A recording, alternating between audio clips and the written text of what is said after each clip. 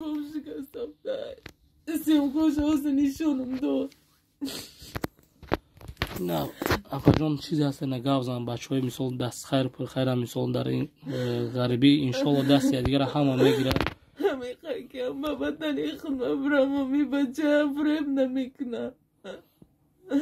با یاردمون کده که خیلی بگیریم برینش گوته بلین سرنگی سگی بیسای پوری پرتوف نگیبدم. برادران دیده است که این مادر در چه حالت های در این یک کامنت که مایده مثال اینجا استفادگی نه دارو چیزا کاش مثال امیر همه روزی خوب نامده و مهنت آمده که برای که یکم مردینه نیست در خونشون مثال خچه به همین جانی مثال به همین سالش خسته اینجا کورکنی آمده که برادران من نوارا برای شما که هستم برای برادری که مثال هست آدمایی که باور نمیکنن که یکم فریب نباشه چی نکنه نه مثال این مادر عزیزم مثال مرا یگان خش تور ما مثلا شناس نیست مثال مرا فریاد کردم با اینسا اومدم پیشش اینا که مثال یا یاردم خدمت برسونه مثال یا که من نکنم یک کسی ما مثال می کارا باید بکنم مثال در حق مادر یاردم کنه گازن لاپا جون مثال با یگان وای باشد گازن اینجا آدم‌ها همه بچه‌ها ان شاء الله همه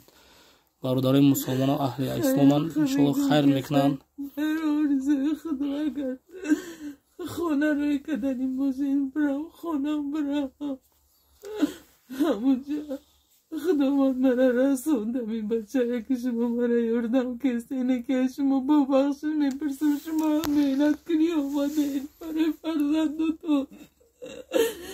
نکی ما چی کنم واقعی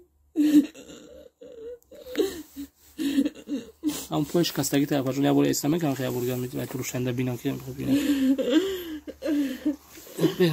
نه برادران بینن پورا بی پولنی بستگی ورام کرده که کامش دیگه اگه اون بچه رو نشون دادم دبانیچه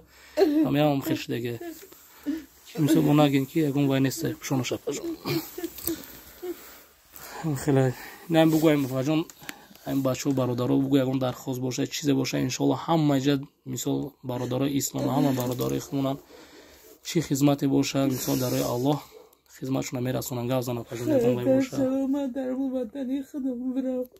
اپیراسیون کنم اینجا هیچ کنه است هیچ کنه دور مخی اونجا چیزی شدم وطنی خمه گفتی شدم همونجا میشم بردن برای نیزاکی بیستای پایی همیشه رفت ان شاء الله فاجون